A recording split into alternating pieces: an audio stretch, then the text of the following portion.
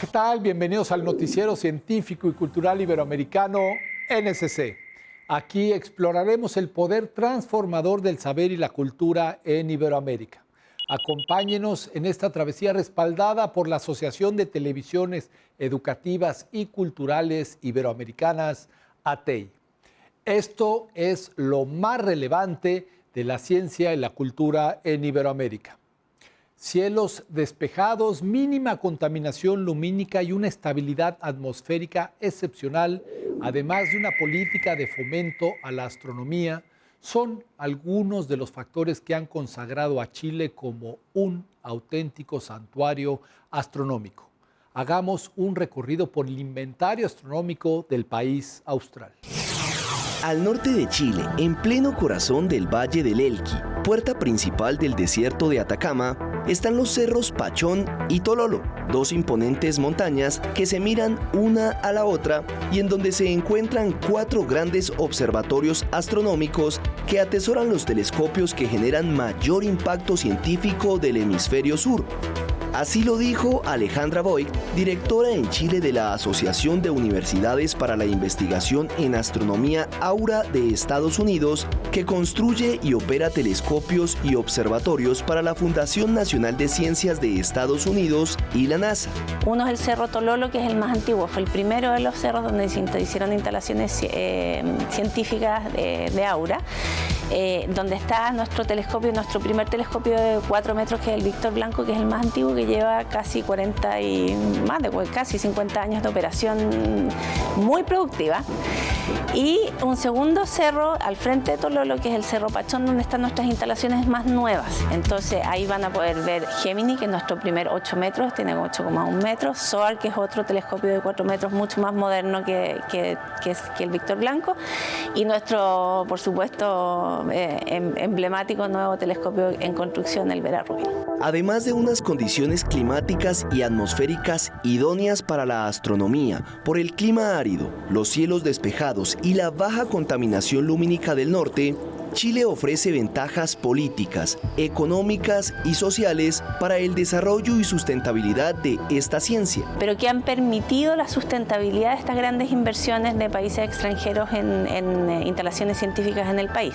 Y eso pasa por condiciones políticas, de una cierta estabilidad política, por condiciones sociales, que la población entienda la importancia de estas grandes instalaciones científicas, de que se sientan orgullosos de prestar el territorio para que se haga ciencia de clase mundial desde acá. A 2.700 metros de altura en Cerro Pachón se alistan los últimos detalles del observatorio Vera Rubin, que a finales de 2025 estrenará el telescopio con la cámara más grande del mundo de 3.200 megapíxeles.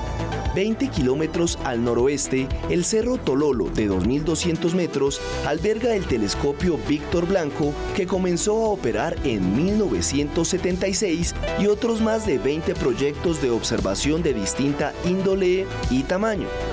Conformada por 49 socios norteamericanos, 2 chilenos y un alemán, Aura administra los telescopios ópticos y de infrarrojos de ambos cerros mediante su centro NOIR-LAB, y sus instalaciones en el país latinoamericano lo han convertido en un referente internacional de la astronomía a todos los niveles. La calidad del agua es un reflejo directo de la calidad de vida de la población. En la cuenca del río Lerma, ubicada en el Estado de México, se lleva a cabo un monitoreo constante para enfrentar los desafíos ambientales que surgen. Este recurso vital para el riego, la agricultura y la industria se ve seriamente afectado por niveles alarmantes de contaminación. En este contexto, la ciencia desempeña un papel fundamental aportando observaciones críticas y desarrollando soluciones efectivas. Mi línea de investigación es acerca de bioindicadores ecotoxicológicos. El objetivo del proyecto fue identificar los compuestos y, de acuerdo a la calidad del agua, identificar los organismos taxonómicamente. La zona de las Ciénegas de Lerma es una zona importante para la zona centro y la zona del Distrito Federal. Es una fuente hidrológica que nos proporciona agua para esta zona. Es un área protegida de fauna y flora. Sobre todo hay aves migratorias, hay especies nativas y aquí nace el río Lerma y la cuenca del río Lerma. En esta laguna son bioindicadores biológicos, bacterias, protozoarios, hongos, a los cuales nos enfocamos, indican el nivel de contaminación que tiene ya la Ciénega de Lerma. Hemos encontrado que hay contaminación de tipo tributaria, de tipo industrial, de tipo municipal. La contaminación tributaria son descargas clandestinas de tipo clandestino, de tipo municipal, que se han encontrado sin control y esto hace que se contamine el agua. Las actividades turísticas han contribuido a esa contaminación. Una de las propuestas que se pudiera hacer es controlar esas actividades, pero que sean actividades turísticamente, ecológicamente amigables con el ambiente. Al nosotros poder asistir, practicar senderismo, la caminata libre, podemos nosotros mismos cuidar el ambiente. Económicamente hablando, eso le puede ayudar a los pobladores. Me gustaría contribuir porque soy de Toluca, soy del Estado de México y este tipo de proyectos tienen un impacto. Las aflatoxinas, sustancias químicas producidas por hongos del género Aspergillus, pueden contaminar alimentos habituales en nuestra dieta, como el maíz, el trigo, las nueces y los cacahuates.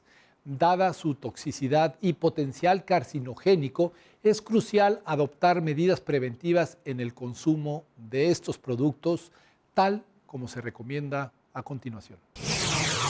¿Alguna vez te has comido algunos cacahuates que al romper la cáscara de repente suelta mucha tierrita o polvito? Pues no es tierra, son esporas de hongos y quiere decir que ya está contaminado de toxinas que a la larga pueden causar cáncer. Investigadores del Centro Universitario de Ciencias Biológicas y Agropecuarias de la UDG han realizado estudios en productos hechos con cacahuate del país y se han encontrado altas concentraciones de estas toxinas, explica el maestro e investigador Severiano Patricio Martínez. Miren, por la experiencia que tengo, que son años que he analizado muestras de diferentes alimentos, no he encontrado ninguna muestra de cacahuate que me salga negativa a aflatoxinas. Aquí el riesgo, sobre todo las oleaginosas, son las aflatoxinas. En especial la B1, que está considerada por la Organización Mundial de la Salud como cancerígena, mutagénica, teratogénica, sobre todo en niños recién nacidos, y no hemos encontrado ninguna negativa. Estas toxinas pueden causar en quienes las consumen de manera continua a la larga tumores malignos, entre muchos problemas más. El especialista fue más allá. Hicieron estudios a dulces, por cierto, muy populares, hechos a base de cacahuate, y se encontraron niveles muy altos de esta toxina. Salieron positivas con niveles muy altos, sobre todo que duplican lo que establece la normatividad internacional, porque no hay aquí en México exclusivamente para dulces. Entonces la internacional la duplica, la triplica los niveles de aflatoxinas, que es mucho riesgo. El hongo que produce esta toxina no se ve a menos que esté altamente contaminado. Desafortunadamente no, a menos que esté altamente contaminado, que es cuando ustedes parten un cacahuate y sale un polvito, que ya son las esporas del hongo. Cuando ustedes rompen ese cacahuate que no pesa, no se siente el peso porque ya se lo consumió el hongo, ese polvito son las esporas que liberan al ambiente.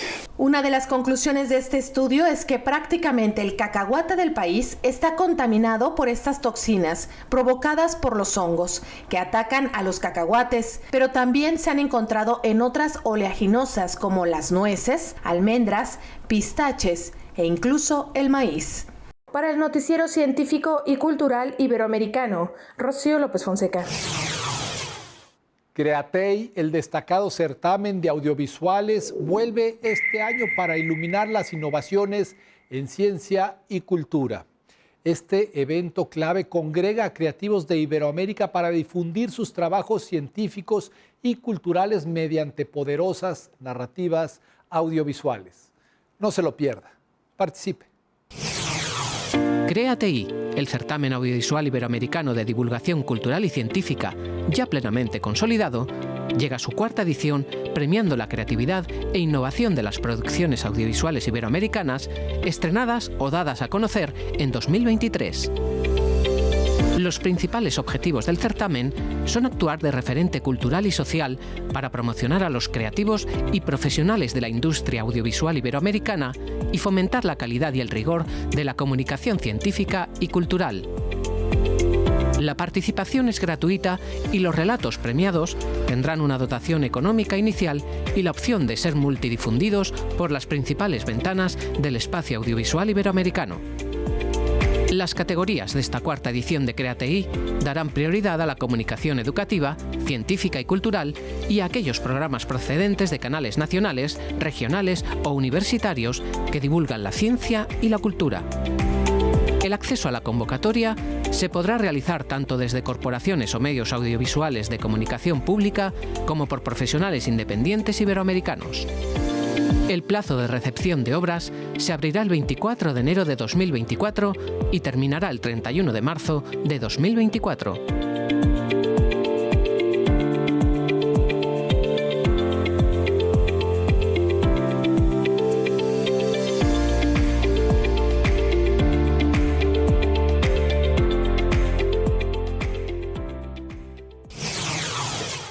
Está usted viendo el noticiero científico y cultural iberoamericano NSC.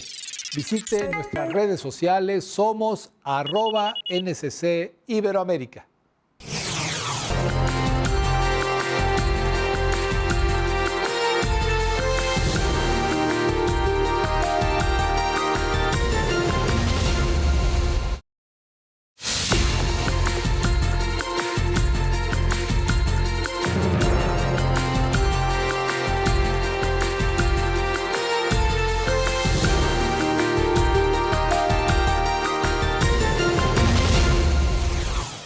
¿Es posible extraer agua de la Luna y con qué propósito se llevaría a cabo esta hazaña?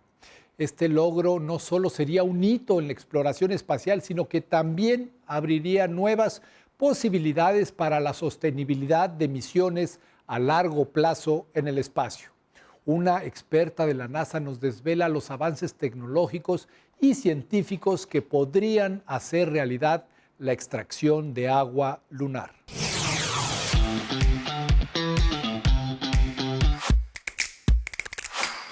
NASA's Artemis missions will establish the first long-term human presence on the lunar surface. Living and working on the lunar surface will require using resources that are already present there, like water ice, which can be used for life support and fuel.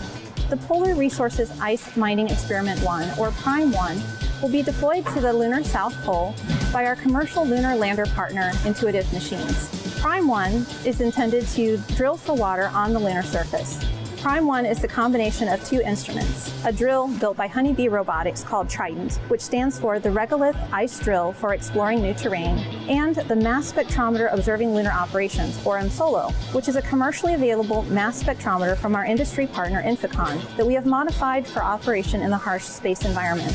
Trident will drill into the lunar surface, taking one small bite deeper into the soil at a time and bringing that sample up and depositing it on the lunar surface. MSOLO will then evaluate those samples as they arrive on the surface to identify and measure the composition of water and other volatiles emanating from the samples.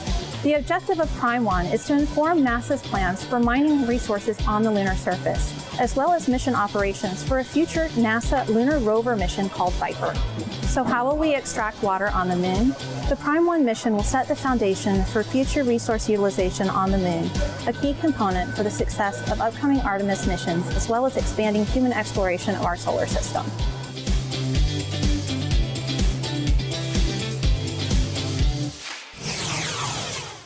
En la lucha contra el cambio climático, la reforestación emerge como una estrategia clave y Marruecos se posiciona a la vanguardia con su política nacional destinada a revitalizar sus bosques.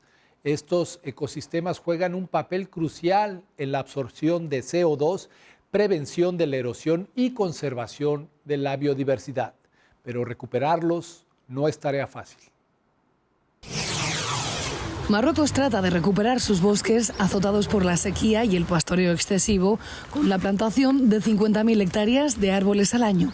Es el objetivo de la Agencia Nacional de Agua y Bosques, que inició en los últimos años una nueva política de repoblación forestal con el fin de alcanzar 600.000 hectáreas en el horizonte de 2030. La estrategia cuesta a la agencia cerca de 900 millones de dirhams, unos 80.000 millones de euros, repartidos entre reforestación, regeneración y la mejora de los sistemas silvopastoriles. La idea es reforestar con especies autóctonas como el cedro, la tuya, el argán o el algarrobo, pero no ha sido posible plantar alcornoque porque no hay bellotas a causa de la sequía que padece el país desde hace 5 años.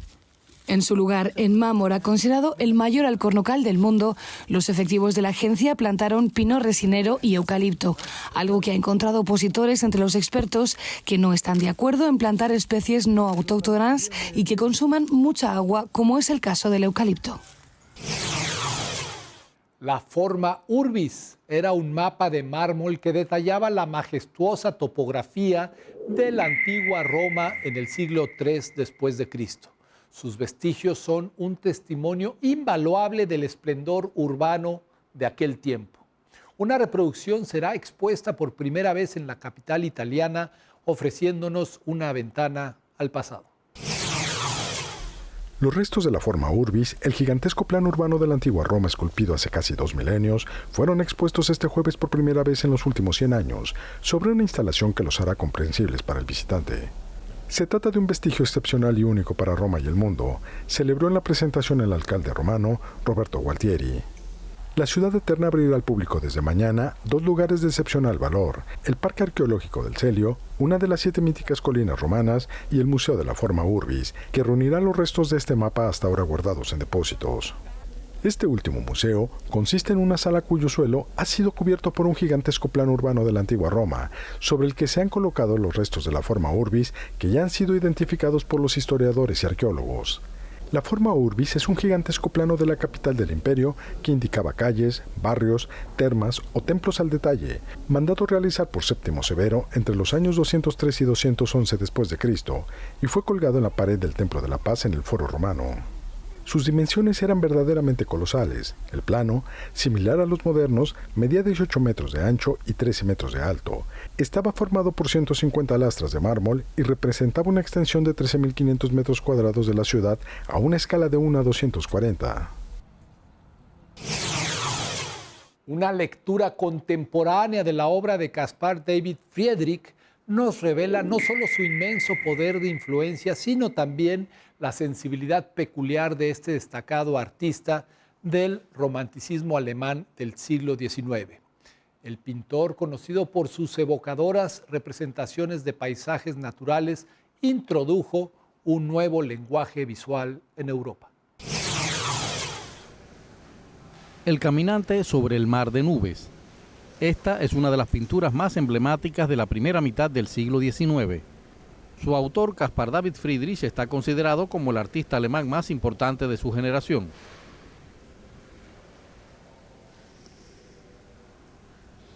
El famoso caminante sobre el mar de nubes es omnipresente, sobre todo hoy, en la era de las redes sociales. Muchos se identifican con esta imagen y en este sentido, Friedrich es una especie de estrella del pop y una figura para la posteridad. La retrospectiva en Hamburgo exhibe más de 60 pinturas e indaga en la relación entre el ser humano y la naturaleza.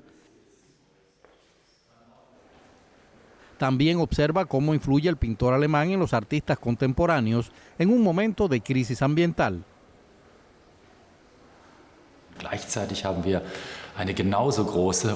Tenemos una exposición igual de grande y extensa sobre la percepción contemporánea de Friedrich, especialmente en una época de cambio climático, donde vemos cambios en toda la estructura de la naturaleza.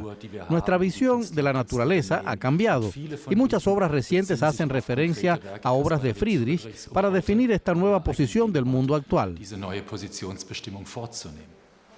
Caspar David Friedrich nació en 1774 en el noreste de Alemania, en el mar Báltico. Su infancia estuvo ensombrecida por la temprana muerte de su madre y de 2 de sus hermanos. Gran parte de su vida estuvo marcada por la depresión y la pobreza. Sus obras reflejan este aislamiento, Muchas de sus pinturas retratan el frío, los inviernos oscuros y los paisajes desolados.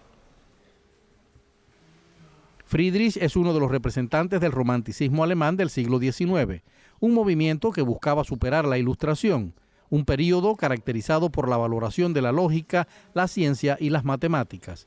Los románticos preferían retratar la belleza y los milagros del mundo. Uno de los principales distintivos de las obras de Friedrich es que sus figuras nunca se dirigen al espectador.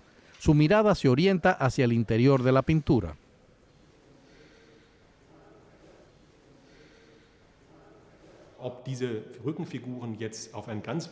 No sabemos si estas figuras contemplan un acontecimiento concreto o si es una mirada introspectiva. Pienso que a veces debemos despertar y darnos cuenta de que no sabemos mucho sobre los cuadros de Friedrich, y esto puede ser también una fortaleza. Lo que sí sabemos del pintor romántico es que su exploración del alma humana y su relación con la naturaleza contribuyó a elevar la pintura de paisajes a un arte que 200 años después sigue siendo extraordinario. Doña Chayito, una de las últimas herederas de una tradición centenaria en México, sigue ejerciendo con dedicación el noble oficio de escribana en la ciudad de Querétaro. Su labor abarca desde la redacción de documentos y tareas escolares hasta la creación de cartas de amor, recordándonos el valor de la comunicación personalizada en plena era digital. La mexicana María del Rosario Elizondo, conocida como Doña Chayito, es a sus 80 años de edad la última escribana de Querétaro, México, donde decenas de clientes aún le piden que redacte sus cartas de amor o documentos formales en su máquina de escribir. Un joven que trabajaba en una compañía de cable, me encontró y me dio las gracias, que gracias a mi carta de recomendación que le redacté, todavía él tenía ese trabajo. Esta mujer se dedica desde hace 25 años a esta profesión que tuvo un auge en México en el siglo XVIII, durante la época de la colonia española, y que ahora va desapareciendo por la tecnología y la alfabetización. Lo que empezó como una alternativa para obtener mayores ingresos para su familia, se ha convertido en la pasión de Doña Chayito, quien se niega a dejar su máquina de escribir pese a sus 80 décadas de vida. Porque yo me quedé sin trabajo. Entonces estaba yo muy desesperada porque todavía estaban chicos mis hijos y yo necesitaba sacarlos adelante. Los escribanos llegaron al país durante la época de la colonia española y se afianzaron en la etapa del México independiente en el siglo XIX, cuando el 90% de la población era analfabeta y la gente necesitaba que alguien redactara sus documentos formales. Aunque en este momento la tecnología ha modificado esta práctica, aún se preserva al menos en Querétaro y en la Plaza Santo Domingo de Ciudad de México. Las manos de Doña Chayito aún manejan a la perfección las teclas de la máquina de escribir. Su hijo menor, Julián Miguel Valderas, se siente muy orgulloso de ella. Un orgullo, precisamente por eso, aparte su trabajo la ha dado a conocer. Es una persona muy trabajadora, muy dedicada a su trabajo. Durante años en la ciudad de Querétaro la reconocieron por sus escritos, que van desde cartas de amor, constancias de ingresos, cartas de recomendación, documentos formales e incluso tareas escolares. Muchas gracias por acompañarnos en el noticiero científico y cultural iberoamericano NSC. Agradecemos a los socios de ATEI que a través de sus plataformas hagan posible este noticiero, al igual que a las agencias informativas AFP, EFE, Xinhua y Deutsche Welle. Soy Iván Carrillo, los invito a visitar nuestra página noticiasnsc.com y a seguirnos en nuestras redes sociales. Somos @NSC Iberoamérica. La próxima emisión, más información científica y cultural.